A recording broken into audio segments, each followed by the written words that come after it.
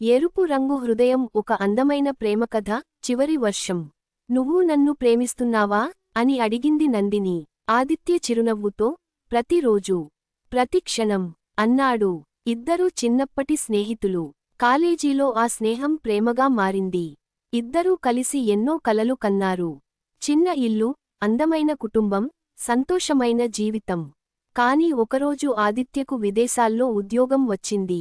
వెళ్లే ముందు నందినికి ఒక లేఖ ఇచ్చాడు. నేను తిరిగి వచ్చే వరకు దీన్ని తెరవకు అన్నాడు. 2 సంవత్సరాలు గడిచాయి. కాని ఆదిత్య తిరిగి రాలేదు. ఒక ప్రమాదంలో అతను చనిపోయాడని వార్త వచ్చింది. కన్నీళ్లతో నందిని ఆ లేఖను తెరిచింది. అందులో ఇలా రాసి ఉంది: ఒకవేళ నేను తిరిగి రాకపోతే నన్ను తలుచుకుని జీవితాన్ని ఆపేయకు. నువ్వు నవ్వితేనే నా ప్రేమ గెలిచినట్టే. నీ సంతోషమే నా చివరి కోరిక. ఆ లేఖను గుండెలకు హత్తుకుని నందిని ఏడ్చింది. కాని ఆ రోజు తర్వాత ప్రతి వర్షం పడినప్పుడు ఆదిత్య మాటలను గుర్తు చేసుకుని నవ్వడం నేర్చుకుంది. నిజమైన ప్రేమ అంటే జీవితాంతం ఒకరిని పట్టుకుని ఉండడం కాదు. వాళ్ళ సంతోషం కోసం మన ప్రేమను చిరునవ్వుగా మార్చడం. ఆ లేఖ చదివిన తర్వాత నందిని తన జీవితాన్ని మళ్లీ ప్రారంభించాలని నిర్ణయించుకుంది. ఒకరోజు ఆదిత్య తల్లి నందినిని పిలిచింది. ఇది కూడా నీకే ఇవ్వమన్నాడు అంటూ ఒక చిన్న డైరీ ఆమె చేతిలో పెట్టింది. ఆ డైరీలో ఆదిత్య ప్రతిరోజూ నందిని గురించి రాసుకున్న జ్ఞాపకాలు ఉన్నాయి. చివరి పేజీలో ఇలా ఉంది: నేను లేకపోయినా ప్రతి సంవత్సరం మనం మొదటిసారి కలిసిన సరస్సు దగ్గరకు వెళ్ళు. అక్కడ నీ కోసం ఒక చిన్న ఆశ్చర్యం ఉంటుంది. ఆసక్తిగా నందిని ఆ సరస్సు దగ్గరకు వెళ్ళింది.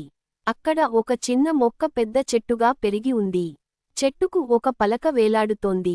ఈ చెట్టు పెరిగినంత కాలం నా ప్రేమ నీతోనే ఉంటుంది. ఆ చెట్టు కింద ఒక చిన్న పెట్టె కనిపించింది.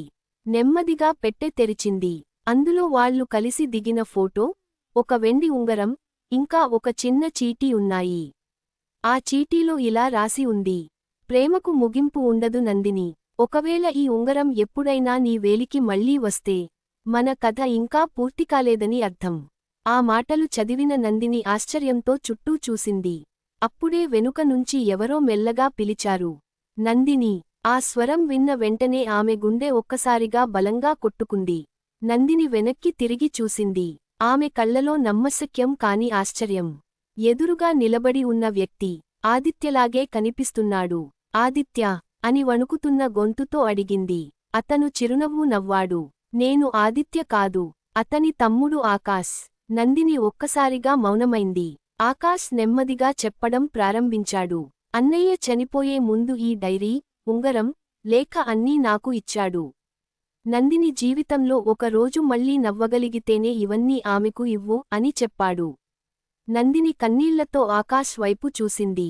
అతను చివరి క్షణం వరకు నిన్నే ప్రేమించాడు.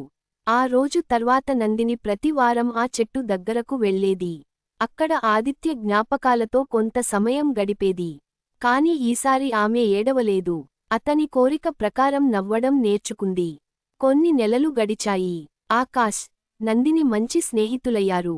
ఆదిత్య గురించి మాట్లాడుకునేవారు.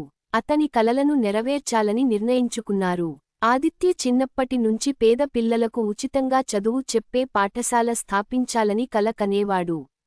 నందిని, ఆకాశ్ కలిసి ఆ కలను నిజం చేశారు. పాఠశాలకు ఒకే పేరు పెట్టారు: ఆదిత్య స్మారక విద్యాలయం. ప్రారంభోత్సవం రోజున వర్షం పడింది. నందిని ఆకాశం వైపు చూసి చిరునవ్వు నవ్వింది. నువ్వు ఇచ్చిన ప్రేమ నన్ను ఏడిపించలేదు ఆదిత్య. ఎంతోమందికి వెలుగైంది. ఆ రోజు వందలాది చిన్నారులు నవ్వుతూ పాఠశాలలోకి అడుగుపెట్టారు. ఆ నవ్వుల్లోనే ఆదిత్య జీవించాడు. సంవత్సరాలు గడిచాయి. నందిని పెళ్లి చేసుకోలేదు. ఎందుకంటే ఆమె బాధలో జీవించలేదు. ప్రేమను ఒక జ్ఞాపకంగా, ఒక స్ఫూర్తిగా మార్చుకుంది. తన జీవితాన్ని సేవకు అంకితం చేసింది. ప్రతి సంవత్సరం మొదటి వర్షం పడిన రోజు ఆమె ఆ చెట్టు దగ్గరకు వెళ్లి ఒక తెల్ల గులాబీ ఉంచేది. ఆ చెట్టు కింద ఉన్న పలకపై చివరకు మరో వాక్యం చెక్కించారు: నిజమైన ప్రేమ అంటే ఒకరిని జీవితాంతం మనతో ఉంచుకోవడం కాదు, వారు లేకపోయినా వారి ప్రేమతో ప్రపంచాన్ని అందంగా మార్చడం. ఆ వాక్యాన్ని చదివిన ప్రతి ఒక్కరూ ఒక్క క్షణం ఆగి చిరునవ్వు నవ్వేవారు. ఎందుకంటే కొన్ని ప్రేమకథలకు ముగింపు ఉండదు. అవి జ్ఞాపకాలుగా కాదు, మనుషుల హృదయాల్లో శాశ్వతంగా జీవిస్తాయి.